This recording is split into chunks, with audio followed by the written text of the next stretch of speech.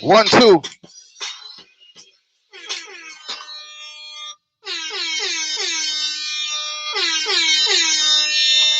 Welcome everybody to the show. It's Wednesday evening, so you know what time it is. It's all about the viewpoints. And what do we say, people? What do we say? We say knowledge is power. Knowledge is power. So before we get started, I want you guys to remember to like and subscribe to Viewpoints on all networks. You can take a quick second right now. I won't mind if you take a quick second right now and go follow the page, whether you're watching on Instagram, whether you're watching on YouTube, whether you're watching on Twitch, whether you're watching on Facebook, or whether you're watching from some other platform. I want you guys to like and subscribe to Viewpoints on all platforms. It's a weekly session. We were away last week, so I want to shout out everybody that linked me and was wondering what was going on. People, we had a busy week. We had some appointments pre-booked and we couldn't get away from it. But we're back. We're back. It's the Viewpoints, right? So people, as you know, it's summertime and the place is open up, right? There's so much stuff going on in the city. Everyone is planning big things, but guess what? Everybody knows Jawigs is a summer baby. So before I get into the action, let me just show you guys. We got to remember that August the 21st, my official birthday barbecue / rave. People, this is taking place in the East End this year. And boy, oh boy, we got a special, beautiful, lovely place lined up. And boy, when we talk about the DJ lineup, special guest artists and performers, people, the summer vibe, you do not want to miss this one. All right, so another thing too, there's a new thing that I'm going to start doing, and you know what it's called? It's called the blessedness check, right? Because I made a post the other day after having a conversation on the phone with one of my brethren. It was a random conversation, and you know, we just started talking about life, health. You know, we started talking about some books that we were reading, and we just had a healthy, good conversation. At the end of that conversation, we were both uplifted, we were both motivated, we were both, you know, eager to get the day started. So I said, let me make a post on Instagram because this is something that we need to keep going, that we need to keep pushing. So I put it out on Instagram, made a quick reel, and boy, the amount of feedback that I got, I knew I was doing something right. I went ahead and posted that on Facebook in the Black Toronto Community Support Group. The amount of love and respect I got on that post, I think we had over 200 likes and like 50 plus comments. Everyone saying respect, thanks for doing this, checking in on me to see how I'm doing. But this is the circle of blessings that we need to carry forth, right? So again, people, it's all about the blessedness check. We're going to be doing this more often. We're going to be checking in with the masses, checking in with our brothers, checking in with our sisters, checking in with our associates as well, and just checking in to see how we're doing, to make sure that we're doing the things that we need to do to progress ourselves and to progress our family, as well as progressing our businesses, right? Again, people, it's all about the viewpoints. Look at the top. I want you guys to remember to like and subscribe on all platforms. This is a movement we're building. So we need everybody to jump on the movement, and we need the support from all the massive. If you're watching, remember to share the link. And if you're tuning in, turn it up. This is Viewpoints, and today's episode is the Caribana edition. We have some special guests in the lobby. Let me just let you guys know what's going on. Let me let you guys know what's going on. Today, we have Michael Williams, band leader of the Regulars Mass Band and owner of the Iron Pot Caters. Now, people, if you don't know, Michael Williams was also featured on TV on the Food Network. When he gets on the live, he's gonna let you know more about those ventures and some of his history. We also have Marcia Booty on the line, six in the lobby, sorry, 6 times Caribana Queen of the Bands, the most celebrated and most decorated Caribana Queen in history.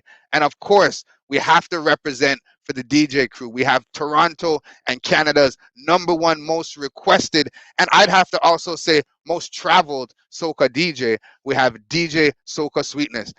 I actually started my Soca Sweetness journey by going to his parties. I remember going to this guy's parties at Progress, Fortress North. Man, this guy used to ram out parties from back then. So it's an honor to have a DJ so experienced like Soca Sweetness on the show today, people. We have a great show, and we're going to be talking about Caribana. We're going to be talking about the history. We're going to be talking about the effects of the culture. But before we get into that, I also just want to touch on some hot topics and some things that were popping in the news. So right now the Olympics are going on. I know, a couple weeks there was some hoopla about the Jamaican track athlete who was not allowed to run because she got tested positive for some drugs. But that's old news, so we're not going to focus too much on that. But the Olympics are going on in Japan. Apparently, there's a whole bunch of strict measures because of this COVID and this whole situation in terms of social distancing, where people can contact. And apparently, they're giving all the athletes some sort of cardboard bed. So, and the whole purpose of giving them this cardboard bed is to limit or to try to curb sexual interactions between the athletes. Now, personally, I don't know how giving somebody a cardboard bed is going to stop them from having intercourse, because if 2 people want to have intercourse, bed is not needed. A floor is right there. The job can be completed and the task can be performed. So the Japanese ministers, I don't know what your motive is, or if it's just to make people uncomfortable, but apparently you guys are on the right track. People, remember, if you're tuning in, to turn it up, and if you see the link, share the link. This is Viewpoints. It's the weekly session. We do this every week. We got some special guests on the line today.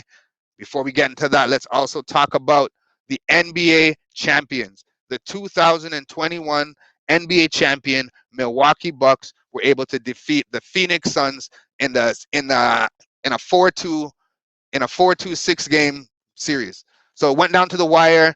It was a good game. I heard there was a lot of action. I'm not too much into the sports, but I got some people in my house that are all about it. So I do know the Milwaukee Bucks won. It was a hard-fought victory, and the Raptors didn't make it this year, but we'll see what we got planned for next year. Speaking about the NBA, another hot topic is the movie Space Jam. I guess I should say LeBron Space Jam is what they're calling it. Now, I'm from the old school NBA, old school movies, and old school cartoons. So when it comes to Space Jam, it's going to be hard to get me away from the Michael Jordan Space Jam. I don't even want to define it as the Michael Jordan Space Jam. I just want to call it Space Jam, because there's only one real Space Jam. This one, my girl took the kids to see it the other day. They said it was good. The kids like it. My girl said there's lots of great special effects. So all in all, apparently it is a good movie. I'm going to have to check it out on my own and give it a full review and see what's going on. In local news on Sunday, apparently in the east end of the city in Whitby, the police had to attend this big function to break up an all-white party that was going on out in the east end. Now, apparently, there were about 200 people at this party. There was no parking at the venue. People had to be shuttled in from different locations. Um, Man, all I can say is I wish I knew about this party. If I knew about it, I would have been there. You can guarantee that. I would have been there with my Vupointz hat, my Vupointz shirt, getting some live footage for the action in Toronto. Now, in the East End. Now, I'm from the East End. I'm from the East End. So I was so surprised that this party, this huge, huge party was going on in the East End, and I was unaware.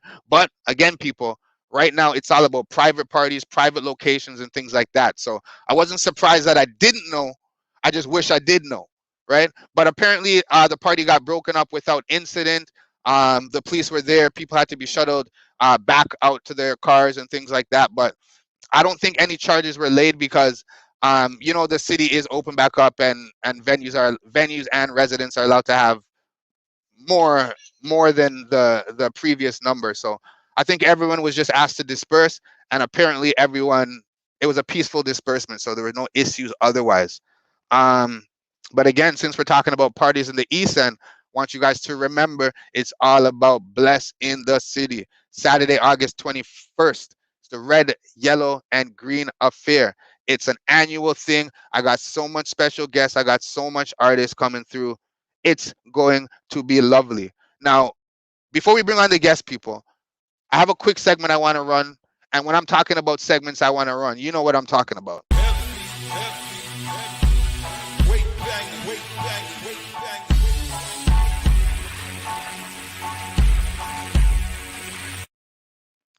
All right, people, what's up? My name is Ja Wiggs. You know what it is, and it's all about fine tune your business. Where every week we like to punch in and give you some motivational tips or answer some questions or comments that we received from some clients or the viewers over the past couple of days. A couple of days ago, while working on a product with a client, the client decided to ask me. They said, "Hey, Ja Wiggs, I got a business that's been in my family for the past couple generations. How do I get my kids involved in the family business?" Well, I said, all right, that's a great question. I think I'll bring it up on the Vupointz, right? So I was able to do some little research, talk to a couple of people that I deal with on a regular basis, and we're able to kind of root down some quick and general, not too hard tips in order to get your kids involved in the family business. The first and best way is to get your children involved in the business early. Get them involved as they grow up. If they grow up seeing functions of the business, then that will, give them more motivation to help want to be involved. Another thing, don't let the family business dictate your life or your young child's life. Because if you let work run your life in a negative way, then your child's going to grow up seeing work as a hassle, seeing work as a negative thing, seeing work as something that takes away from family life. So it's all about a balance. Get your kids involved, but don't let the family business dictate your life. Another important tip is make joining the business be optional. A lot of parents go too hard in pressuring and forcing their children to be involved in the family business when it may not be their simple, genuine interest, or it may not be their number one skill set. So make it optional. You can do your best to show them the benefits of it, but don't force your kids to do things that they generally may not be interested in. If they do show some sort of interest, find roles that are suited for them. Just because they may be good at computers, it doesn't mean that they're a graphic design person. So don't sit them in front of the computer and give them stuff to design if their stuff is more towards admin, marketing, accounting and things like that. Again, find tasks that are suitable to your children. That will help them be more interested, and it'll help be an easier transition. Another thing to do is share what you do. Share your day, share your experiences. Let your children know how your day is going and how your projects are going on. The more you're open and the more you share what's going on with your family and your children, you're more apt to get them involved in what you're doing. Another thing also in regards to sharing information, Let your children try different things. If you have a job task that is able to be handled by somebody younger, or them doing it doesn't affect the final outcome, let them try. Let them take part in some tasks so they can see how the business run on the back end or in the middle stages. Make it an attractive option. Don't just say you got to do this, you got to do this. Show them how things are done. Let them get involved so that the next time you're doing these things, they're going to want to be involved, right? Let me see if there's any other quick tips. Like I said, share what you're doing, include them in projects, bring them along. If you're going on deliveries or pickups, bring them along. Let them know the processes. Let them know how things are going. Let them know what you're doing for this client. Let them know, how that job went. Involve them in the process. Another thing you could do is, if they're old enough to understand money, you could hire your children. If you have a task that you need them to do that you know that their skill set allows, you can hire them. Give them a monetary benefit for the task they complete. Because if it's your business and it's for a client that's going to make you money, let them know this is how you make money. You're good at something. Here's a task, complete it. The client will pay you the money. So, people, those are just some quick tips on how to get your children involved in the family business. It's all about fine tune your biz. My name is Ja Wiggs, and you know what it is. Fine tune your biz with Ja Wiggs. People, we have these posted on YouTube as well. So if you miss any of the sessions, feel free to go to the YouTube page, search Vupointz, check out the playlist for the Fine Tune Your Biz, and you can get your plethora of information and tips on how to run your business, right? People, I think we've done enough early talking. I think we've done enough intro talking. I think it's time we bring on the guests. I think it's time we bring on the guests. And again, if you're just joining us, it's the Caribana edition of the Vupointz. We have three special guests that were heavily involved in this whole Caribana process. We decided to make sure we cover all angles, all bases today. We have Marcia Booty, six-time Caribana Queen of the Bands. We have DJ Soca Sweetness, very, very busy and involved DJ when it comes to Caribana. And we have Michael Williams, band leader and owner of the Regulars Mass Band and the Iron Pot Caterers. Michael Williams has also been involved on the back end of Caribana, mass making, mass production, event production, and he's involved in the game in all aspects. So we're gonna hear what he has to say. Now, the first guest that we're gonna bring on is Marcia Booty. Marcia has been in the green room waiting. Thank you for your patience, Marcia. Let's bring on Marcia and let's start this show. Marcia, can you hear me? Hello. Yeah, I can hear you. Can you hear me? I can hear you loud and clear. Welcome to the show, Marcia, and thanks for joining the show. Welcome, but I have a welcome for you. I have something for everybody. So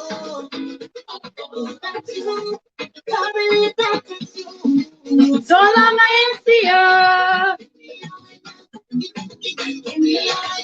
Hey, hey, hey, hey, hey, hey. I think that's how Now, everybody feels right now. I know. Look how long I ain't see you. Trust me. I had to name the show. I gave it a tagline. I need a Fete, because right now that's the vibe everybody's feeling. They haven't seen each other in so Mhm. long, and they need a Fete. Everybody needs that vibe. Now, for They those who need. don't know, the first guest we have on, Marcia Booty. Now, she's not just anybody. She's not just a regular person. Now, this lady is my family. This lady is my auntie. This is my mom's younger sister. So I just want you guys to just take a second and bask in the beauty of Marcia Booty. So Marcia, again, thank you and welcome for coming to the show, auntie. I'm gonna keep it professional. I'm gonna call you Marcia today, as opposed to normal auntie, what I would call you on a different day. Okay. So Marcia, I personally know Okay. that you've been Okay. involved No in problem. Caribana for a long, long time. So can you introduce yourself to the Vupointz Massive, and just let them know who you are first of all. Marcia. I'm Marcia. Well, everyone on Instagram knows me as Marcia Booty. Most of my friends call me Booty. But going back, for people who know me from a little child and just know me through Caribana, they would know me previously as Marcia Davis. I played Mass from Kitty's Carnival. in the like since I was 4 years old. From I could walk properly and carry a costume, like not just put on, a small costume, but carry a costume. My dad built a costume for me, and I played mass. And unfortunately, when I was 7, my mom passed away, and she used to play Queen for our band. And the next year, my dad said, "Well, you're now Queen." And I'm like, "Huh?" Because I know from kiddies you usually go to individual, which is a little bit bigger, and then Queen, which you're carrying a huge costume. And I was like, okay. And just went off and played. Like that was like, I didn't have to think about it. It was just like, okay. And that was that. And that's year 1978, which everyone can kind of see my age there. Yeah.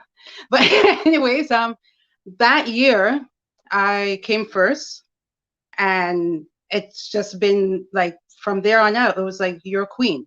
You are queen of the band. And that's that. I didn't really, it wasn't like I didn't have a choice. I didn't know anything else but playing mass during the summer, making mass and then played mass. That was our life. That's how I grew up. And going to Trinidad, I used to watch, like, my dad used to take me to the big shows, the King and Queen show. That would be the Sunday before Carnival, the Monday and Tuesday.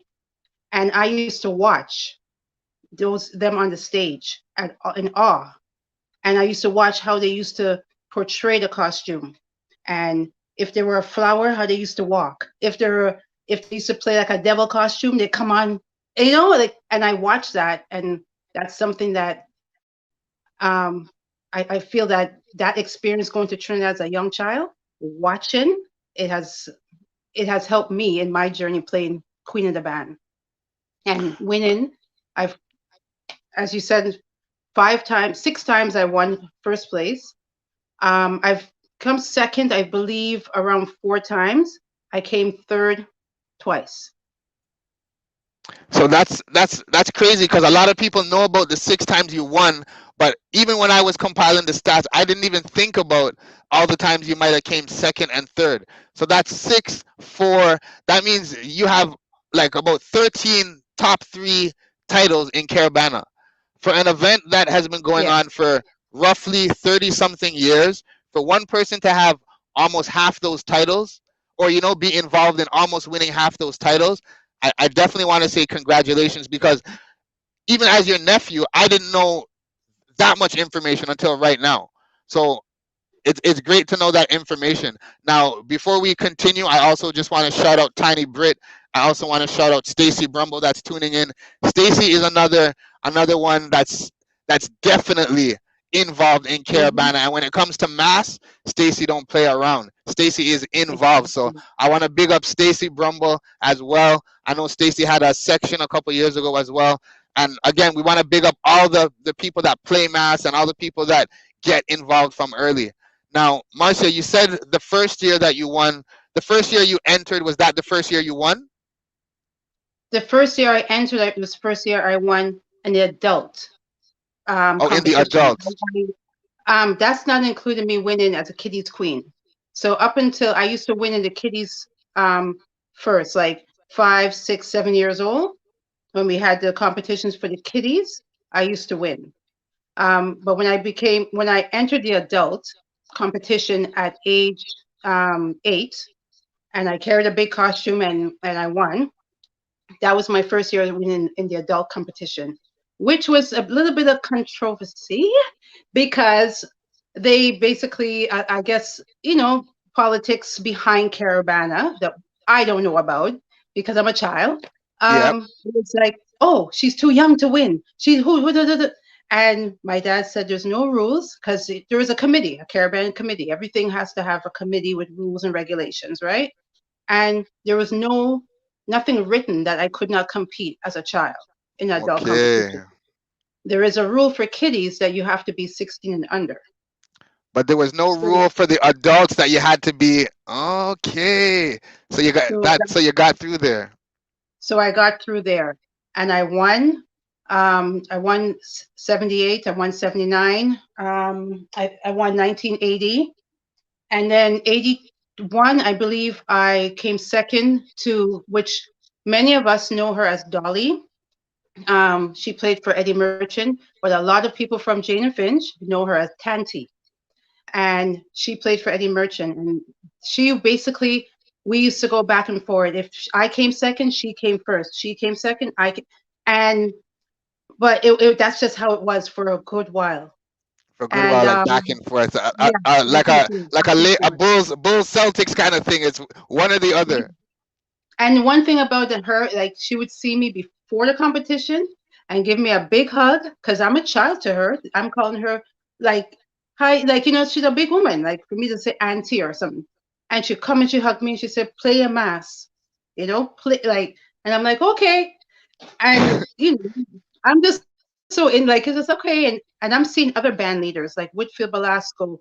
I before Saldina, before the son took over, it was Harold Saldina, his dad. Then he Yeah. passed away. Ken Shaw, like all these people who from the 70s. I would see them and I'm just like, hi, hi. And then and they're like, okay, there's that little girl, but she's saying hi, but she is something because they know that I'm going to go on the stage and play my mass. It's And not a play this pageant. mass. Yeah, it's not a pageant. It's not a pull and and it's play your mass. I would come off the stage and I have cuts, I have bruises, my whole back is scratched up because I lift the costume. My All right, so friend, Marcia, one year, so oh, sorry, just to interject. So, because some people might watching when we hear Queen of the Bands, they may not know exactly what you're referring to. And when you're talking about this heavy costume and scratches and things like that, let the people them know when you're talking about being a queen of the band, let them know that what that is. They may think it's just you're wearing the same costume as everyone else. no, you're actually being a costume is being built to enter the competition. You have a king and a queen, and they usually the competition is the Thursday before Caribana. At now it's kept at Lamport Stadium. Well, before COVID, and this costume is made first of all before Caribana. As Caribana ends, the all the band leaders are thinking of next year's theme. So for us, like people who just like buy a costume and take it off and that's it, and we're just waiting for next year. Band leaders are thinking, what's my next theme? Somebody could have a dream and say, oh my God, I dream about butterflies. And that's their theme. Somebody could Yep. have, like just something. If it's flowers, the galaxy, Africa, and you think about that, then you get your drawings done. And the queen costume, you usually will go to a very good artist and you have to pay a lot of money to get that down on paper, what this costume is going to look like. And then from April on, that's when you have your launch of your band. And that is when you decide how you're going to put this together. But all through this time, you've been buying your stuff, buying your feathers, buying Materials, yeah. your wire, buying your fiberglass. It's basically a lifestyle. And for me, growing up in a household where this is what we did, my summers were in the mass camp with my dad or my sisters, family. It was a community. You didn't have to ask if you're going. You didn't have to ask if Auntie so and so is going to be there. They're leaving work and come to the mass camp for like 4 hours, go home, sleep, go to work, come back to the mass camp. And this is something people are doing volunteering their time and making sure that everything is sticked on properly. The theme, and that like you should be able to look at my costume and feel what that costume is trying to tell you. Like why is that bird doing that? Or Yeah. why is it only diamonds? Like am I playing something diamonds are paper, like so my theme and then how you portray your mass. For me, my thing was my dad let me choose my music. He never told me what music. I would listen and listen to music, and I knew when the hype of the song was, what I wanted to portray, how I wanted to dance my costume. One year, I actually played Galaxy, and that's when Michael Jackson came out with the moonwalk. So one year I came on, and in the middle of the stage, I came out in my costume and I did the moonwalk because we're playing Galaxy. And So the you crowd gotta went crazy, incorporate and it. I Yep. won that year. Yeah, so you got it. It's that's what they call it, play a mass. And Play, like how much you do have to. a typical queen mask costume? How much would something like that weigh? Um, a whole lot. Well, you know what? Now that people are using fiberglass, fiberglass is lighter. But back when I started, it was just wire, and you had to have a welder come to the mass camp and do the welding first, Yep, right? And I remember seeing those sites as well. yes, and then it goes on wheels. And but then as things got, like years go by, you find different ways of doing things, and that's when you learn to do fiberglass because it's lighter. So then now we can just put it on our back or something and wear it. So, but it's quite heavy. And I don't know if you know, Jamal, but one year my costume caught on fire. Oh no, I didn't even know that. Yeah. Wait, do I? I might have been young, but I think I remember. Yeah. We used to remember Caribana used to be on University, Yeah. and we were going down. We played something to do with Africa.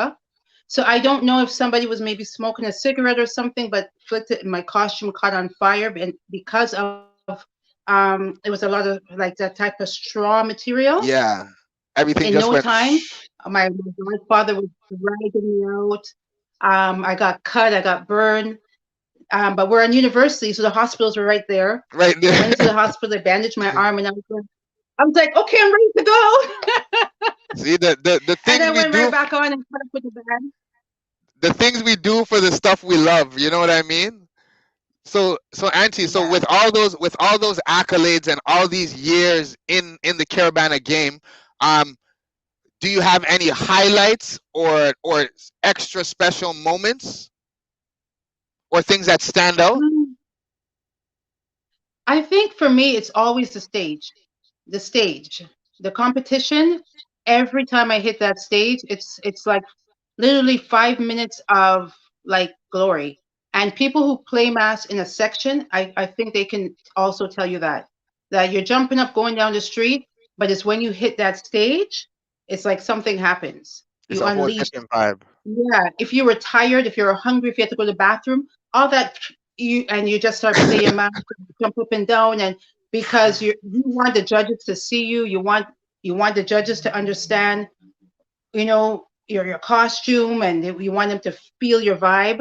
Um, and that for me, it's always the stage, and I'm really happy that I'm able to pass this on to um, my kids and also my kids' friends. Like my my dad, a lot of people may not know, but my dad, Nip Davis, he was a mass maker, brought a band since 1970.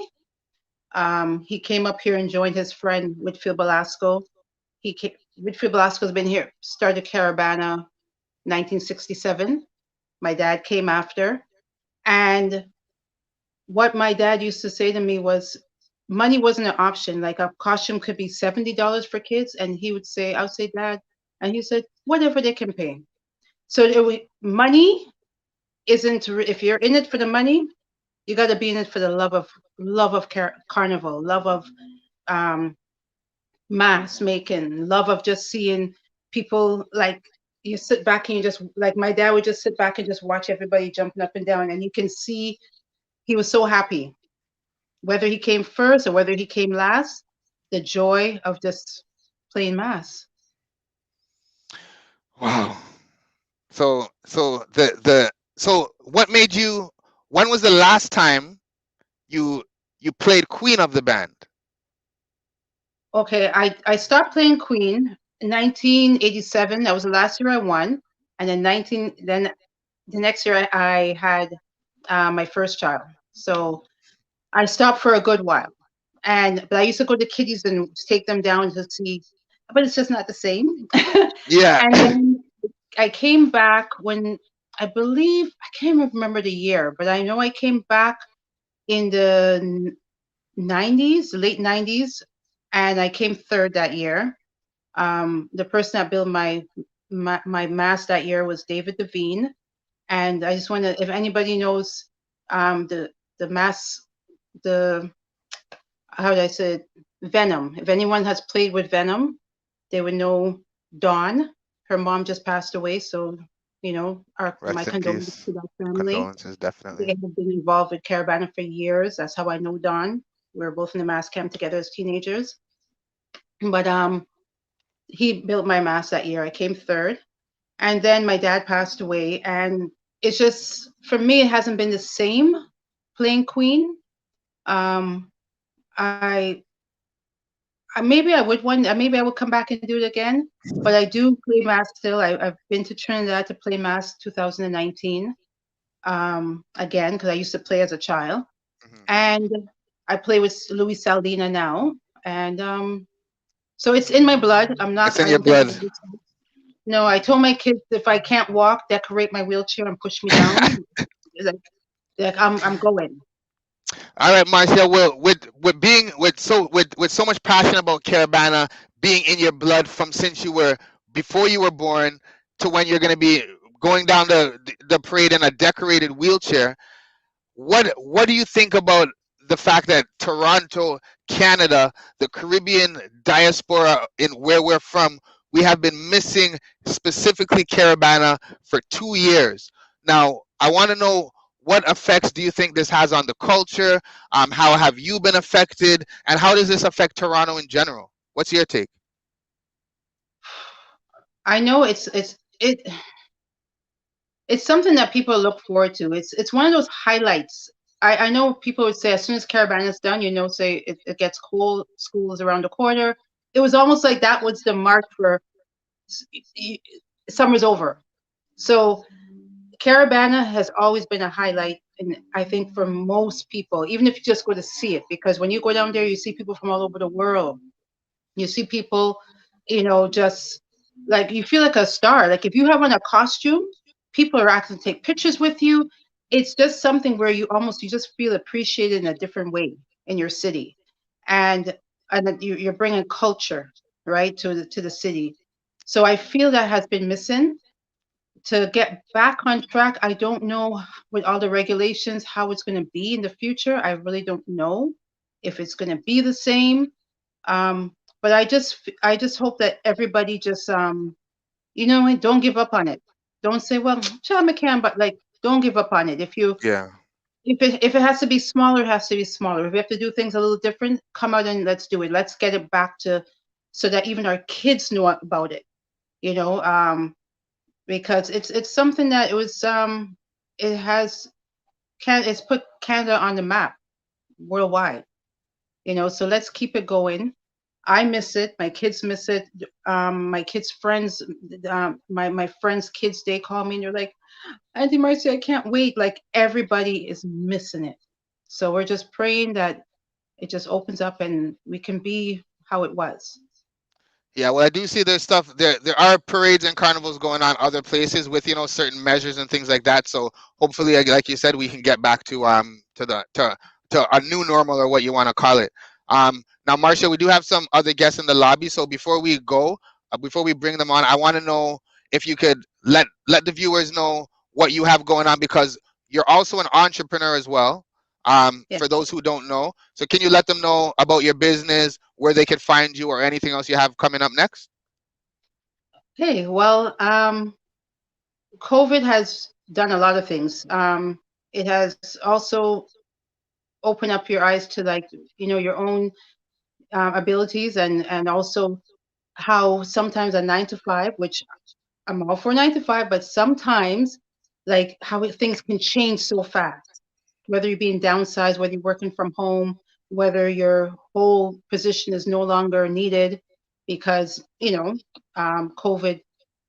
Um, so it just opened my eyes to having my own business, and I decided also my health was an issue because I'm like, well, this COVID thing seems to be hitting people who have health issues. So if I get healthier, then you know what I mean? Like it's Less almost risk, like yeah. I have to take action too. I can't just sit here and say, we're not gonna get COVID because I'm Marcia. Like, no, you know, it's not a color thing, it's not an age thing. So my health I took because I'm asthmatic, so I was like, you know what? Marcia, you got to do something. So I decided to become a TLC, that's Total Life Changes Ambassador, which basically deals with your body and your pocket. So you can make money while you're getting healthy and you're helping other people to get healthy. So I see it as a service because it's helping me and it's helping others. I've seen, um, you probably see me a lot. If you're following me, you see me with this all the time, my vitamins, my tea, and there's like 40 other products. So if some people say I can't drink the tea, I'm like, there's always something for you. Go on my link. Marcia Booty's my Instagram name. I have a link in my bio. Click on that, and my main thing, I said, if I can help one person just feel better physically, and because a lot of people, like, they've gained weight over the whole pandemic stage, um, and if I can just make someone just feel better, I'm happy. So click the link, everyone.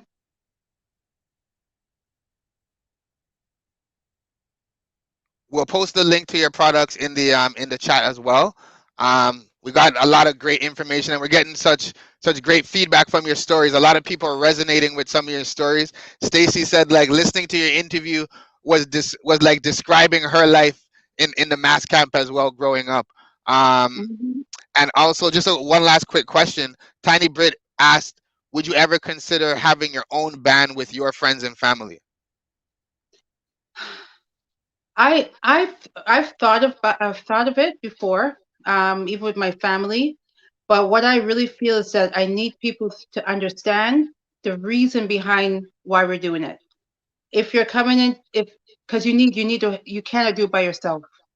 You need an army of Takes a lot. people Yeah, behind you need you. a literal army of people. You need an army of people behind you that is in it for the just for the joy of, like, because there's pressure when you go to a mass camp, especially the 2 nights before people are coming to pick up your costumes and something's not ready, and or you're a month in and then you hear that this supplier doesn't have the feathers you need.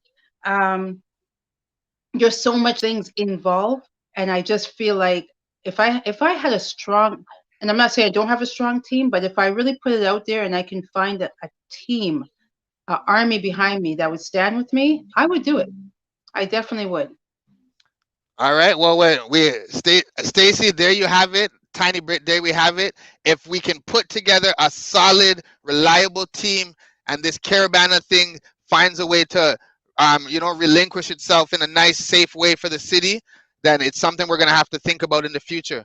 So again, Auntie Marcia, aka Marcia Booty, I want to thank you with the most love and blessings for taking your time to come on the show, and sharing your experiences with the masses.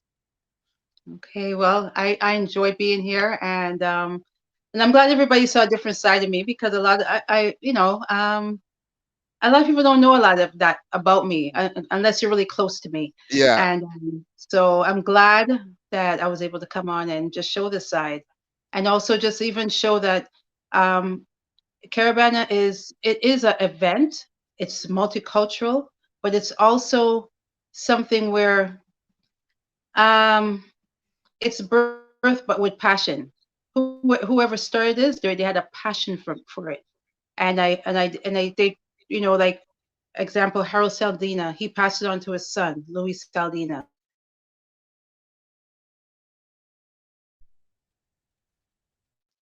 One more. I think she's. You there? Okay, I got you there. All right, Auntie Marcia, I'm gonna say thank you again for joining the show. When we have the party episode, we're gonna bring you back because if for one thing, I know you like to have a good time. So thank you again for joining the show, and we'll talk after. Have yourself a great evening,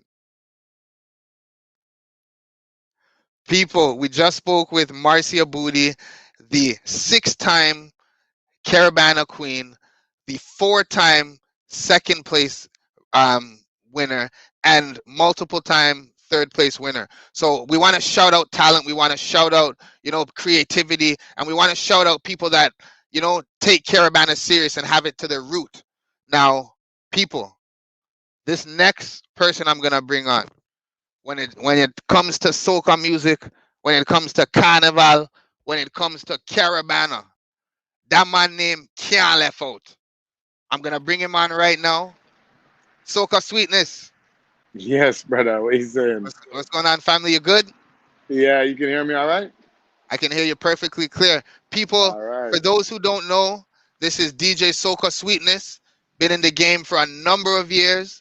Soca Sweetness, before we get started, Mhm. I want to just ask you. I want to do a quick blessedness check. I want to know, how are you doing today, brother? Did you wake up? Did you do something positive for yourself, for your family? Yeah, man, I'm good. I'm good. Everything is blessed. You know what I mean? Took the kids out on a little bike ride and, chilling out. I was just chilling out with my mom and them, right? Listening to Auntie over there, listening to some roots. Because they're Yeah, crazy. man. Some of the people that you mentioned are the same people I call auntie and uncle too. It's nuts. So Kerwin, for those who don't know, let them know who you are, let them know how long you've been involved in the business, and let them know how long you've been involved in Caribana. Well, DJ Soca Sweetness. I've been in this industry more or less from born into it, more or less. You know what I mean? From like your auntie mentioned some names like Dolly and Ken Shaw. Those are Uncle Ken Shaw and Auntie Dolly to me, right? I spent countless hours at the age of like 4, 5, and 6 in the mass camps, helping Auntie Dolly and them create their mass for King and Queen on the Thursday, and you know what I mean. Look, just been in it from time, and then as a youth, strayed away for a little bit, just because like basketball takes over and so forth, and soccer, and and then came back full. I would say like full music by like 15 years old. I was fully committed to like soca and carnival and all of that good stuff. You know what I mean? All right, so let me interject there. So you were involved, like most of us, you were involved as a youth. Were you Yeah, playing mass, or were you just helping yeah, build yeah. mass and with the family? Playing, building. So I you're mean, playing remember, mass. you remember when I say building, like I'm 4 years old, 5 years old, 6 years old. You get Oh what I'm yeah. saying? Like it's early. So when I say building, like they're It's giving picking me up the like a sequence and getting yelled at for messing up. right. You're putting the sequence in the little wire or it's a little glue gun thing, and half the time you're burning up your hand, and you get what I'm saying? Yep. Like it's that stuff. You know what I mean? At that age, So, and then so like you said, we go from a point where we're playing and we say, we're too old for that now. no, I to be honest, I love mass, and I continue to Okay. play mass. Yeah, even like all up to now, like as I'm with Carnival Nations and like every Carabana, like I'm in a costume. Yeah, that's You facts. get what That's I'm facts. saying? That's Yeah, man, facts. I'm always in a costume. Like I mean, don't get me wrong, one might not be full costume, because you know what I mean. The belly might be hanging a little bit, but I have my shorts on and I have my little like I'll put on like a half a costume. You know what I mean? But most of the time I'm in like a shorts and you know what I mean? You Like make all sure the you little make sure you're in the celebration. yeah. I'm in it. I'm in it. Like I always tell people, I hate playing the road. Like I like playing the assembly. When everybody gets together, I'll Yeah, DJ the yeah, yeah. assembly. Everybody's together and we're all jamming and pre-warming. But you see, when we hit that lake track, I want to be on the road, brother. On the road. I want to be on the road. That's where all the fun is. You know what it is to look like when like you're mashing up the road, right? And you look down and all your friends are jumping up and drinking and you're up on a truck. Bro, You get what Kerwin, I'm saying? no, you're right because Yeah, man. you know nothing. As much as the people who are on the ground want to be on the truck, we Yeah, are look man. down there. So like, yo, be 100%. I'm ready to go on the road and take a little trip. But that's what I do. I play the assembly, and then as soon as we go down the road, like I mean, I'll take a chip. I mean, I also help with like background stuff, like if people need food or water, and like if costumes are getting tangled in wire and all that stuff. It's me and a couple other guys like helping do stuff. You know what I mean? So we don't. It's not only chip. If I'm not DJing, I also help like just so helping the band run as smooth as it can. You know what I mean? all right. So you said you started to get back heavily involved around 15. Was that when you started DJing? Yeah. That was when music took over.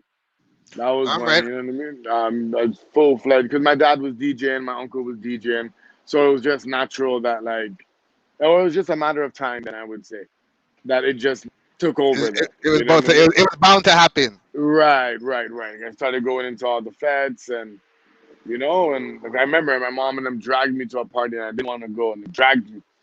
You know, and it was Metro Convention Center. Elder James had put it on, and it was Ram. It was a tribute to Winston Bailey, Shadow, and it was packed. And I was like, all right, let me go check it out. And from that day, man, like I never like it was like okay, man. Started looking at my dad's records, started playing the music at home now.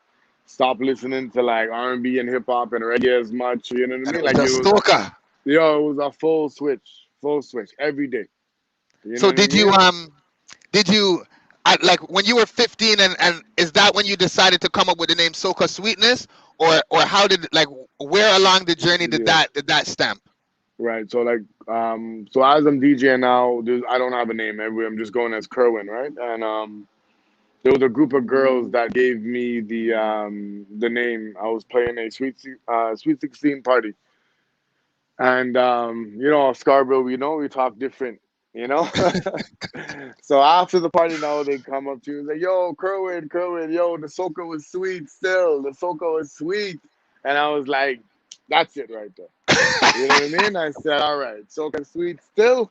I go take this soca sweetness, and then like started brainstorming for ideas, and I was stuck on it because I didn't know how to like portray sweetness properly. And then I saw Honey Nut Cheerios commercial, right? Okay, so we're getting the Yeah, real story, guys. right, right, We're right. getting to Then hear how the bee drop in. right. So then I saw the bee, I saw the honey. I said yes. I called my boy Kevin. I said, look, I don't know where you're gonna get this bee from, but we need a bee. It's Soca Sweetness and a bee. That is the logo right there, and that's how the bee was formed. Because like we've changed the wording like 100 times, but the bee has it's changed a little bit, but it's never like it still has on its Nike shoes. And you know what I mean? Instead of the SS, we put an I in on the chest now, and you know what I mean? Like, so we still changed it up a little bit, but it's the B has always stayed the same. You know what I It's always mean? been, and anybody who knows about Soca Sweetness, you have to know that bee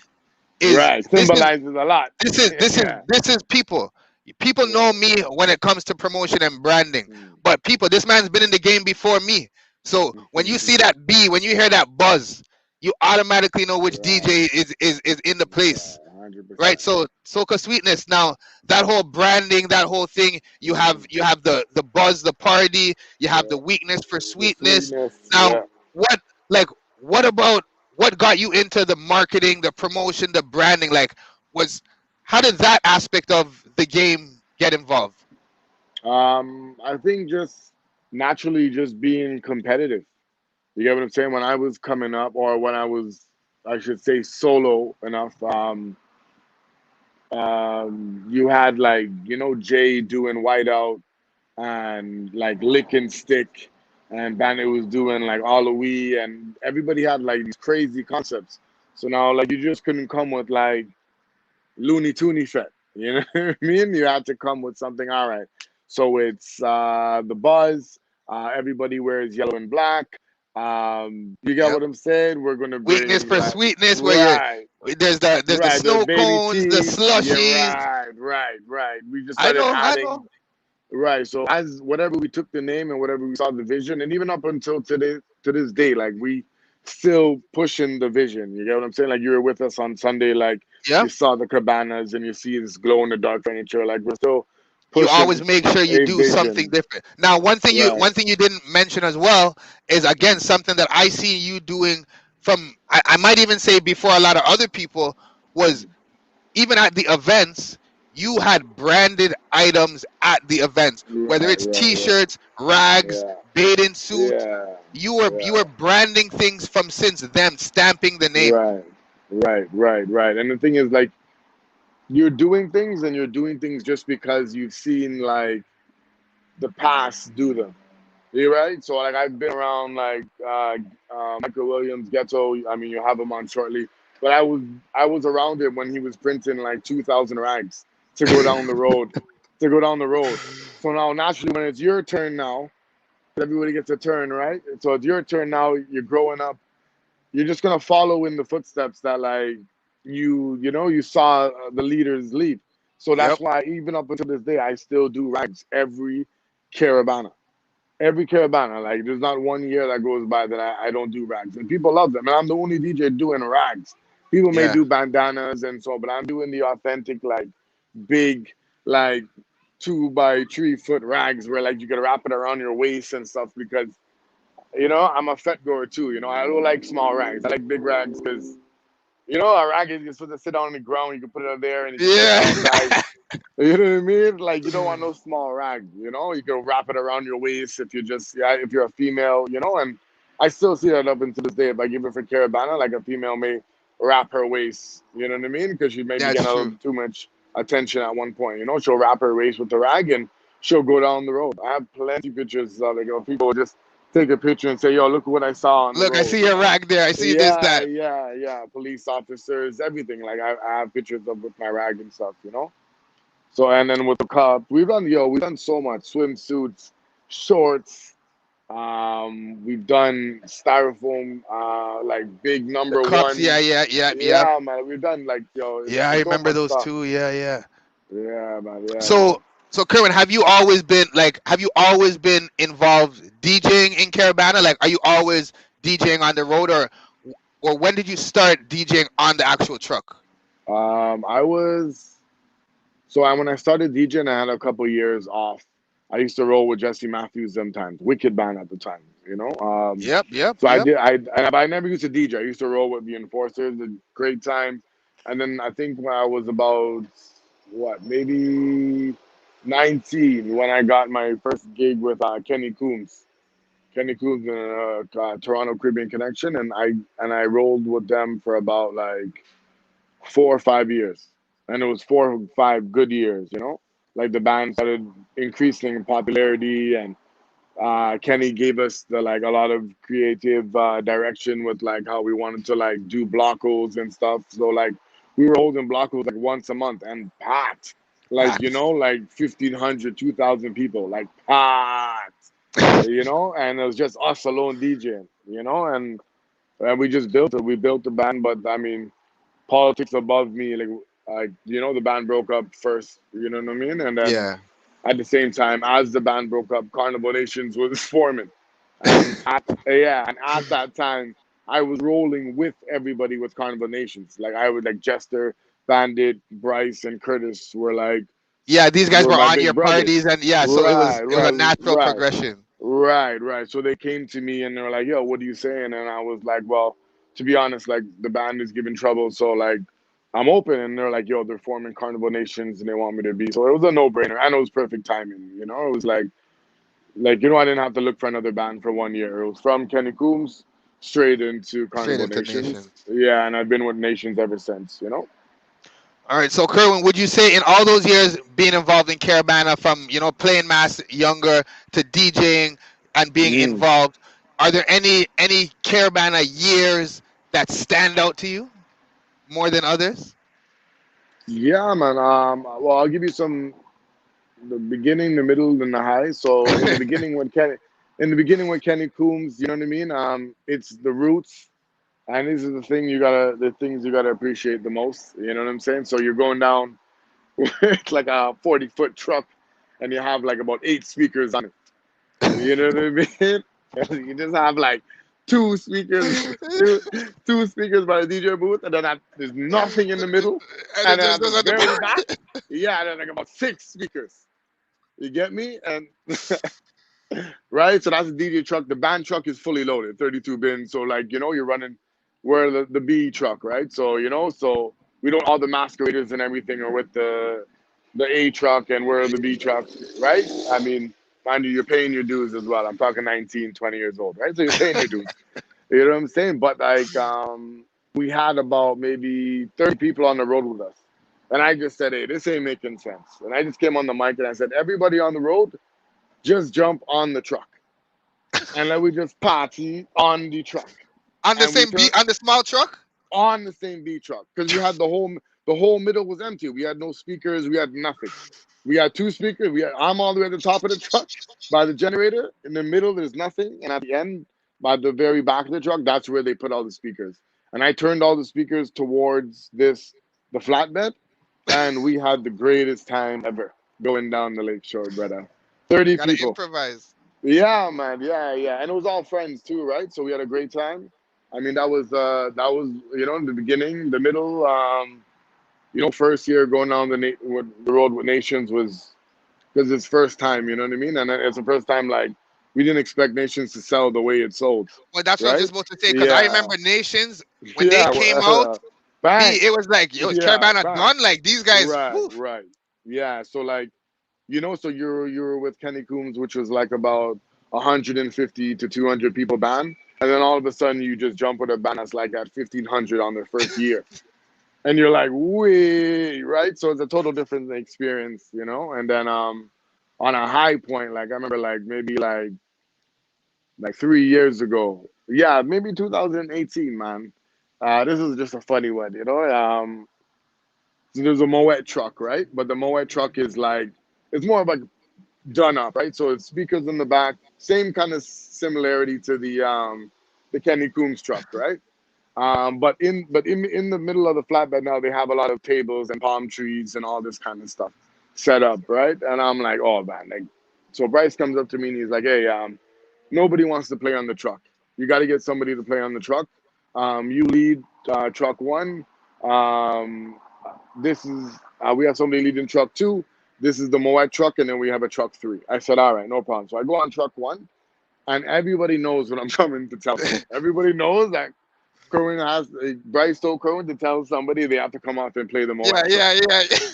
So I come on, and everybody looks at me, and Markson comes up to me first. He's like, hey, I'm not moving, huh? He's like, I'm not going on no truck. Because the truck A is banging. Huh? Truck A is like about like 40 bins and it's Nobody like don't want to low, leave the truck. yeah, man, lower deck and higher deck and fans blowing and all this kind of thing.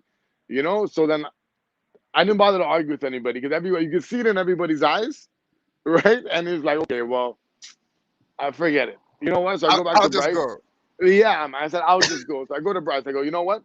Is Moet, are they giving out Moet on the truck? He's like, yeah, we have like 20 bottles of Moet. I'm like, what? I go, yo. So I grabbed the whole crew now. I say, yo, we're going to go play the Moet truck. There's 20 bottles of Moet and we're going to have a great time. And we can sit down on chairs and ting, ting, ting. Imagine, no Moet is on the truck, man. Oh! Bryce set me up so I would go here. It was so bad. Yo, and you done to rally the troops and Yes, everything. man. I went to the rep. I go, yo, do you guys have the Moet? She's like, no. She's like, she's like, I gave those guys the Moet at the mass camp. Yeah, but nobody, I don't think anybody brought it to the road. I was like, well, what do you want? Yo, man. Yo, then I played the whole road by myself, and one DJ on the Moet. But don't get me wrong, like, it was wicked because, like, same thing. I invited everybody up, and we had tables and chairs, and like Moet did a wicked job, like decorating the actual float. You know what I mean? So it was like I remember even DJ Steven coming up to me and saying, "Yo, how'd you get the Moet truck?" You know what I mean? Like if it was like, "Oh, yo, like I would have did that." You You know what would I have did mean? that. Kerwin's Yeah, like, yo, yeah, yeah. Kerwin's probably thinking, yo, you should have told me this an hour ago. Right? So 5, imagine. But yeah, yeah. But those are some good experiences. On top of like Nations has been like Ram. Like I've seen like 3,500. You just look left and you look right, and it's just a sea of people. Truck can't move, and you know what I mean? Rail pace and jumping up, and people fainting, and the madness in the carnival. You know what I mean? I wouldn't trade So, it for anything, though. so have you had any moments where you were like you didn't know what to play, or it was time for the stage, and it was like, all right, what am I gonna do? You know what I mean? You ever had any of those Yeah. moments? No, no, no, no. That's like that's like second nature right now. You know Yeah, what yeah, I'm I guess, saying? yeah, Like, definitely, yeah, yeah. yeah, man. Like when it comes, what, like half the time, like I just put a DJ to play, and then I'm coordinating with like Bryce or SKF or whoever is like saying, okay, play the intro, okay, play the second track, Oh, okay, okay, okay. play this section. Announce, right? Because we're crossing stage, so you got to introduce, and so I'm just more. I do a lot of coordinating. I used to play the stage, but now like half the time, like you'll see me. Like I remember one year, like the chord list died when we were on stage, right? And I'm like sprinting to the next To truck, try to find one. grab, Blah, blah, blah. yeah, man, jump. Like, Sunshine was there, wicked, amazing, reliable, threw batteries at me, catching batteries from the truck, running back up to the stage. plug it in for SKF. SKF takes the mic, runs back on stage. Yo, crazy, crazy, crazy stuff, man. That road is that if behind the scenes, yo, that Is road is no joke, man. The road is no joke. so, Amen. Kerwin, let me ask you a question, right? Mm-hmm. For those people who may think that being a DJ on the road is easy, is it something that's easy to do? Is it a difficult task? Like, how do you compare playing on the road compared to playing in a dance or at a different event? Playing on the road, the secret of to playing on the road, well, one of the secrets I should say is that you just have to learn to play like songs. You people want to hear for like 10 minutes Yeah, yep, kind yep. of thing, right? Right? You have your road songs that you like. You don't want to mix fast when you're on the road. You want the, create that nice vibe. That's why, That like, vibe. in Trinidad you'll see a lot of road mixes. A lot of producers come up with road mixes, which is like it'll be like 8 minutes long and there's a lot of rhythm and song and stuff like that. You know what I mean? I like road mixes. I like just to play the song, like like for a long time and then start it back and without like a lot of like wheeling and MC. Like I'll mix the song back in and like you won't even realize like You it's won't the even song realize started you, all you but over it's again, just right? yeah, yeah. Yeah, I yeah, know yeah. those So ones too. My yeah, That's something my dad showed me from long time too. 100%, 100%. Yeah, Ghetto showed me that too. That's a regular thing. You know what I Yeah, mean? man. You gotta know how to let tune play and the right tunes. Not to say you can't mix in a little few that you can mix fast and stuff because like I've done that. But like when you play like that fast wine by Marshall, like you know what I mean? You want to let that song marinate for like a good nice little 8 minutes kind of vibe so you can just Yeah. groove down the road. You know what I mean? You gotta understand too, like the road is different from dance. Everybody's tripping the truck. Like when you play that song, you gotta give time to man to find a little boom, To see a find that line a thing. little bit. You know what I mean? Right? That truck will move for 30 seconds. You can't be mixing that song a minute and 30 seconds in. You know what I mean? They let that play for 8 minutes so people can enjoy that vibe. You know? Yeah, man. That's like secrets to the road. Secrets to the road. So Kerwin, we haven't Mm, had Caribana for a year. And we may not have it this year, right? Now, right. with a name like Soca Sweetness, we Mm, know you're heavily involved in Soca, Caribana, and Calypso. How right. does no Caribana affect a Soca DJ? Like, wouldn't this be your most important time of year? Yeah, yeah, for sure, man. And it has for the past 2 years. Including this year. What I will say is that like for the past like last year and even this year. This year I'm taking it a step up. I'll talk about it just now. But like last year, we created our entire week. You get what I'm saying? So like I did Bacchanal Thursday at my house. I Right? remember. you You got to be innovative, man. get betcha. You get what I'm saying? And then Friday, I did Twilight had something with Jump Up Kings, and then Saturday, Atlantic Mass had Privilege, which was amazing. You know what I mean? And then Sunday, I ended up playing like a little backyard party and stuff, and we created our own. Now, don't get me wrong, like usually, like I probably have like 30 bookings within that, Yeah, within right? those Within three, that, 4 days. right? Yeah. So, right, but like I was still able to create a little income for myself, like within the madness last year, and then well this year now, like, we have we're doing Caravana Friday, Saturday, well Caravana Friday, Caravana Saturday day, Caravana Saturday night, Caravana Sunday, and Caravana Monday. We're doing all of that this year, right? Again, And you gotta make do. You gotta keep it going. So that's good. right, right. So, and it's nice little themes, you know what I mean? So, like the Caravana Friday, we'll do our Heaven all white concept, which is the all white concept we've been doing for years. You know what I mean? With angels, and we're gonna like create like a nice wicked ambience. We got Specs the boss on that. Caravana Saturday day, we're actually doing costumes. So like we're doing it's a costume party. You can either wear a costume from that you have at home, or we are providing costumes. So I got my homegirl Latoya Mystique Mass in the mass camp right now, billing mass. You know what I mean? I have a wicked Building some fresh mass. Okay, okay. fresh mass. You know what I mean? I have a wicked graphic designer, EPG designing up my flyer. Hopefully after. You know what I mean? Yeah, so we're launching that, and then Caravana Saturday night we have myself and DJ Oshan, that'll be just a straight, carnival pump.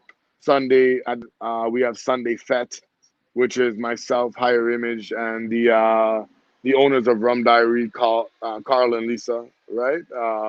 So we're all three of us are teaming up to produce Sunday Fete on the Sunday, and then Monday we'll do a last lap pump, man. So like basically like we've been creating our own carnivals, like or keeping the vibe and the Keeping the culture vibe, going. yeah. Yeah, we've We been may not be on the right, road, but you're keeping the right, culture alive, right. which Not is right. perfect. We're keeping it going, not to the capacity that we know it, but we're working with what we have to produce something. You get what I'm saying? And that's exactly what it is. You know what I mean? So, Kerwin, as a DJ, as a promoter, as somebody who's been involved in the entertainment industry, like Mm. how do you think not having this Caribana parade, this Caribana Friday night, how does this affect the culture in Toronto, the city, if it does? Well, I think. Well, I mean, it definitely affects because we won't have the audiences, like, right? Even if people are going out right now, it's like 250 people or whatever the case is. You know what I mean? And I'm seeing everybody's boat ride sell out, and I'm seeing everybody's, Yep, Markham Fairgrounds. Everything is selling out. I mean, you know what I'm saying? So that means people are looking to go out, and to the go out. culture is there. I mean, what I'm hoping is that people are a bit more appreciative of the culture because it's been like 18 months, like, hiatus. You get me? So I'm hoping that, like, like when people come back, like, you're not reaching the fete at 1 o'clock in the morning and thing, you're showing up at a good, respectable 11:30 time to enjoy yourself, man. You know what I mean? Because this is what we're missing. This is what like everybody was craving for, like, you know what I mean? Like, I mean, we did events like through the pandemic, small events, like 100 people events. Like I did my birthday party and stuff, like very small, very intimate. You know what I mean? But like I am safe, but we still did events. Yeah, You get what I'm saying? And it was and everybody, it was a reliever for everybody, like a serious reliever. Like we had people just saying, "Yo, you don't even know how bad I needed this right now." yeah. No, And I I'm believe just you. like, "Yo, I man, believe it because even some of the people I seen, I was like, oh, I'm like, I know you don't go out that often. You know what I mean? So to right, see them, it was right, like, they were yeah, just man." like, ah, Yeah, yeah. And I was telling people because one girl, she's like, "Yo, is it safe?" And I was like, "Yeah, man, it's safe. Like I don't ram it. Like we yeah, have the hall, and I don't ram it. Like everything is separated, like to the point where everybody could breathe and no one's in anybody's zone." And she was like, "Okay," because like she's like, "Honestly, man, like I'm gonna kill somebody or like I need a little outing." And I'm like, "Yeah, man, don't worry." And it was like, yo, like people my age and stuff with jobs, and the homeschooling caused a lot of stress with like certain like people in our crowd and stuff. So like yeah. that little events and stuff that we did, whether it was Caribana or little events throughout the pandemic, like, Just nice yo, little like, vibe, like nice little yeah, man, getaway. yeah, yeah. And we connected with people like deeper than we would have if it was like somebody randomly calling you and Yeah, saying, no, "Hey, it's true. yo, how much is the party tonight?" Then you're just like, "Yeah, man, ting, ting, ting, ting, ting." Now it was just like you were understanding, like, "Yeah, man, it's like, yo, homeschool is killing me. How is it for you?" Yeah, When you're getting we that were, extra yeah, extra yeah, yeah, conversation. right. And it was COVID, so like everything was slowed down. So now you had the time to like converse with the people who support you a little bit more. Then it's just not, "Hey, what you saying? You good? Yeah, man, you good. I'm looking for tickets for so and so, so and so. Yeah, man, no problem. Link Nate, ting, ting, ting. Any problems? Link me back. All right, cool. Later." And that Yeah, was it. You didn't ask them how their day was. You know what I yeah. mean? Nowadays, you're making sure Yeah, to check the family's right, good. But right, right, that's right. Everybody you message now is like, "Yo, you good? Family's good." You talk for a little bit, and then and like that has connected us back with like a lot of our crowd, kind of thing. You know what I mean? I mean, we've lost some crowd because COVID just like retired some people, but we've also gained like a whole new crowd that were like, throughout the pandemic. Like I said, you know what I mean? And like everybody's close. Like we may not talk every day, but we'll send like DMs, and everybody's sending memes around, and you're in little WhatsApp groups. So like everybody's still kind of active with everybody. You know what I mean? now one thing I heard you mention in a couple minutes ago with like everything kind of resetting, and this is Mm, something I actually heard the promoter from BRT weekend say the other day that he found that when they're doing the events right now, people are coming out earlier. So Yeah, for he sure. said the same thing. Yeah, yeah, He yeah. said hopefully this whole thing was kind of a reset so that Right. people, Yeah, man. want to party more, enjoy more of the Yeah, party and things like that. So yeah. as soon as you said that, it caught me because they're saying that Mhm. from the reggae industry in Yeah, yeah. Jamaica, and you're saying So, that Soca Toronto, and yeah. it all reflects. Yeah, it was the entire scene needed a reflector. Need to reset. Sorry. Even when I was before COVID, like, and I'm talking about like 2000, like 16, 17. Promoters were already saying that, yo, the scene's going to like the shits right now, man. Like, it needs to be reset. Like, you think it's gonna happen? You think it's gonna happen? I'm like, it has to. Once you keep shoving, like, it's gonna regurgitate. You know what I mean? Like, you just can't shove things down people's throat, and the scene was getting blah. Now, like, everything is selling out, right? At this current moment, everything is selling out. Boat rides, fetes, you know what I mean? We're doing every Sundays. Those have been all sold out. You know what I'm saying? So, like, everybody's appreciating like what they haven't had. Now, don't get me wrong. I'm pretty sure in about a year and a half, everybody go back to the same thing, right? You know what I mean? But at least it's right now. It's good to see that like people are showing up early because there's even a couple of fetes that I went to go check out, and I showed up at 12 thinking that people would be showing up at 12. Yo, the party was packed. It was swinging Like, already. yeah, like what I mean packed, like within its like limitations. Like, I'm like, yo, how much people? It's like, yo, like everybody's here, and like running up and down, and I was like, oh wow, everybody came out early. Yeah. And they're like, yeah, man, and I was like, that is like really good because that was one of the problems with the parties. Even boat rides, people were showing up late for boat rides. Yeah. You know, Yep. Yep. you Yep. know, like your boat rides ready to go, and half your audience in the parking lot's not even there yet. And Kerwin, you know what the crazy thing is, right? Mm. The half of the people that aren't there, you know why they're not there because they said Yeah. to themselves that boat ain't leaving on time. 100%. 100%. So they're like, 100%. all right, the boat leaves 6 o'clock. All right, may I start Yeah, get man. dressed at 6 o'clock? Yeah, man. Yo, my phone, like if the boat, let's say the boat's boarding at like, or departing at 1, my phone is going crazy from 12:30. Yeah. Yo, yo, we're on the highway. Didn't leave yet. It's, Did it? I'm parking. I yeah, know. man. I know. I know. Oh, yo, your phone's going nuts, man, and you're just telling everybody, look, man, drive safe, like rush. You know what I mean? Hurry up. Yeah, man. But yeah, so we'll see, man. Hopefully, it is a nice reset for the scene. I mean, it seems that way so far. Yeah, things are opening back up. Like you said, people Yeah, are going out. People are having a good time. yeah, Um, yeah, well, Kerwin, let the people them know like what you have coming up. I know you described a couple events. yeah. Let them know again and let them know if you have anything planned for the fall, any winter events, any big things popping. Yeah, man. Well, I mean, keep it locked to, you can check out SocaSweetness.com, or you can go to at SocaSweetness on IG. We got a whole bunch of stuff coming on. Like, we got every Sundays, a nice little secret location up in Markham. Wiggums has been there. It's Lovely, fire lovely. every Sunday, right? You know what I mean?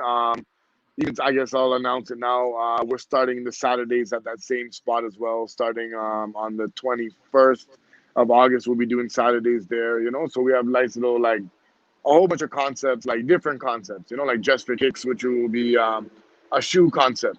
So all those people who love shoes, like Tricky and Black Reaction and Specs, Yeah. all those guys are like into their Jordans and stuff like that. You know what I mean? So we're doing an event called Just for Kicks, which is a shoe party for all the shoe lovers, which is like show off your shoe.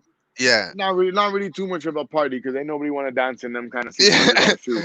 But you You get know to what I mean? flash off your new kicks and Right, right. We got some comedy shows coming. We got movie nights coming. You know what I'm saying? So we're just working. You know what I mean? Working with what we have right now, and like I mean, so far so good. You know what I mean?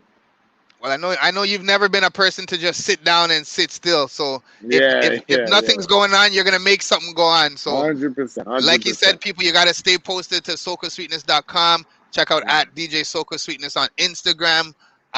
Soca Sweetness, anything else you have to say towards the people about Caribana? Anything about the lack of Caribana? Anything else you gotta say to the people?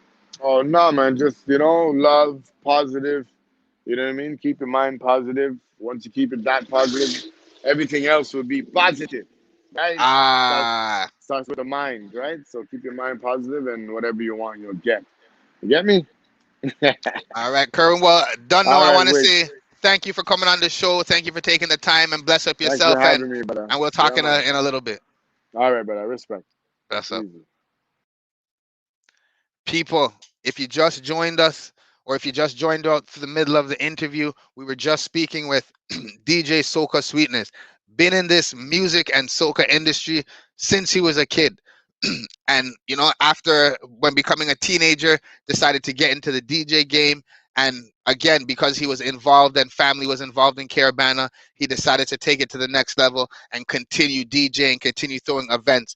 To this day, Soca Sweetness is still involved in Caribana, making moves, putting on events, working with the promoters, and putting on for the city. So again, we want to shout out everybody that's doing what they can to help keep this culture alive. We were supposed to have Michael, aka Ghetto, from the regulars band on the show, but I think he had a situation and had to leave. So we're gonna bring him back on another episode, and we're gonna get a little bit of history on Michael Williams and his story on Caribana. Now, people, let me tell you about myself. I've also been involved in Caribana since I was a kid. My parents have been heavily involved in Caribana. I have aunts and uncles that are band leaders, that are mass leaders. So I've always been involved in Caribana, playing mass.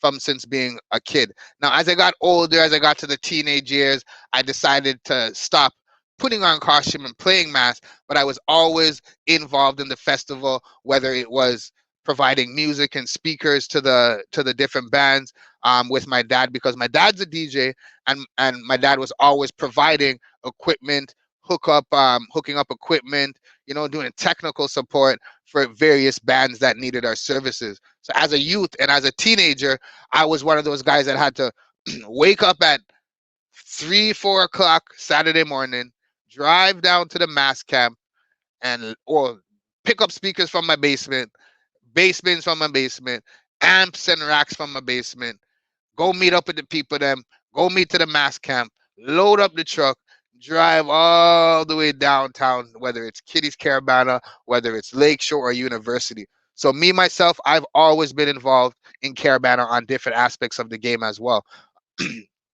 Different than that, about I believe it was 12 years ago in 2019, 2009, we had the fortune of bringing out our own band with co-band leader Jesse Matthews.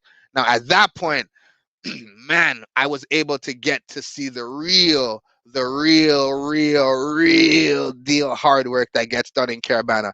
I mean, I was involved in gathering people to make costume, in budgeting numbers to make costume, ordering products and supplies, ordering the truck, paying for the driver, making sure the equipment was there.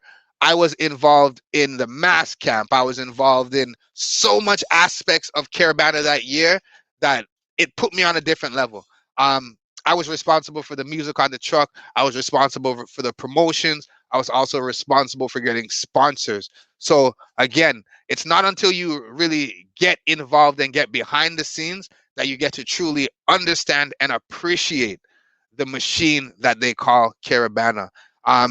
It's something that it takes so much work, and the results are exponential. You can see it with your own eyes when you go downtown and you see the millions and thousands of people, and you see all the bright colors, and you're just in that vibe.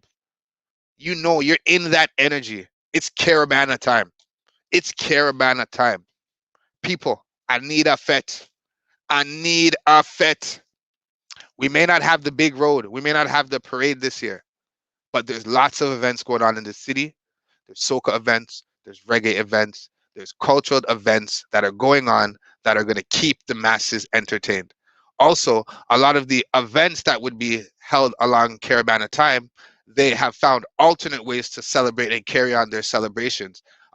Most of these events have transformed to online events or small capacity events, or they have turned paraded events into drive-in events, or stage show events. So people are doing what they can to keep the culture alive, and this is what we want. We want to thank everybody who does their part to keep the Caribana culture alive. Whether you're a DJ, playing music for the masses online, whether you're playing at the soca parties, whether you're providing mix CDs or playing online, we need those DJs to help keep the culture alive.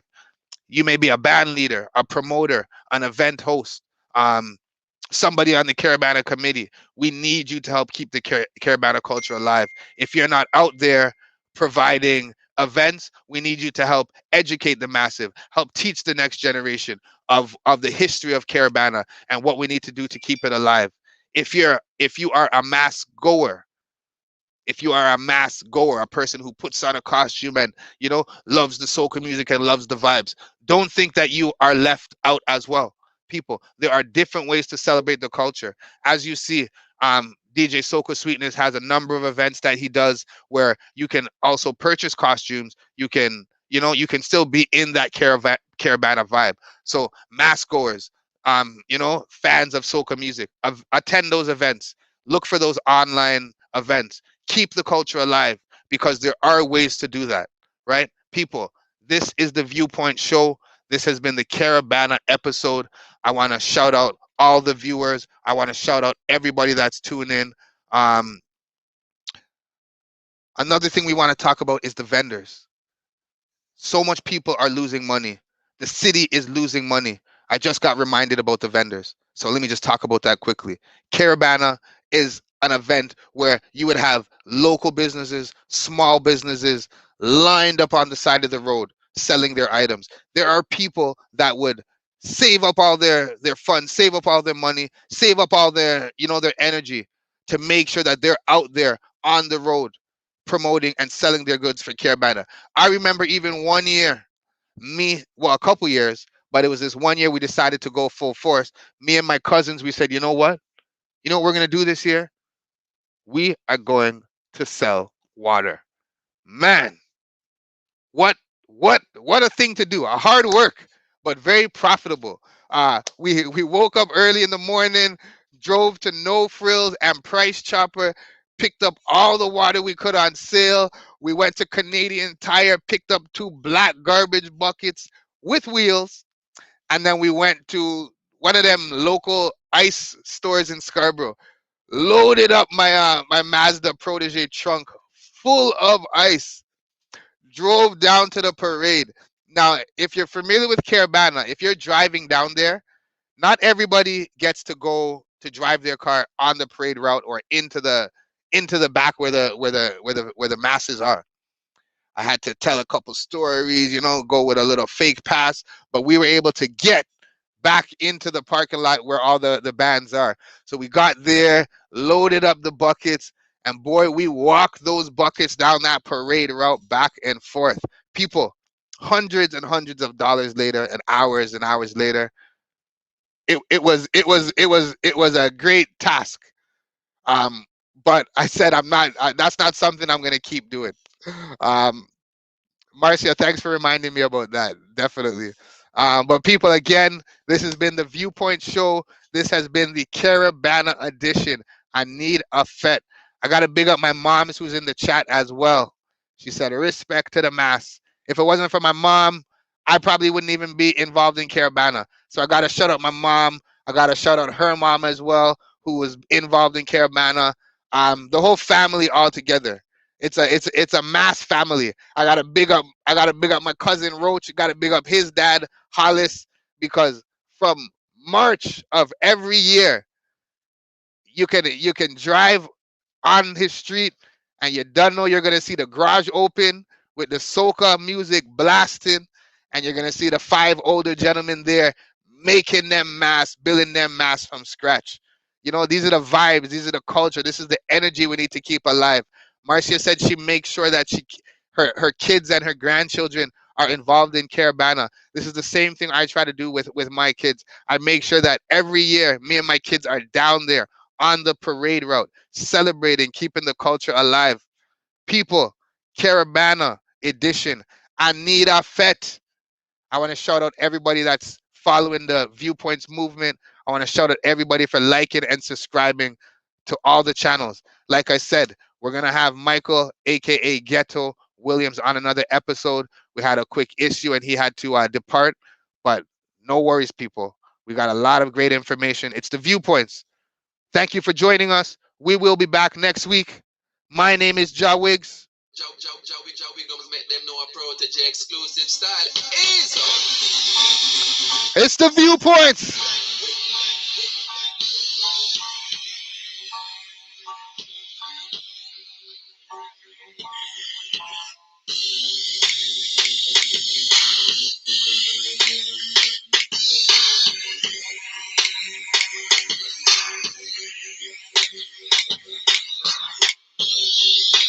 All right, people. Remember, always remember, you got to check up on your people them daily. It's all about the blessedness check. Stay tuned to my Instagram. We're going to be going live and checking up on our people. It's the Vupointz. We'll be back next week. Thanks for tuning in.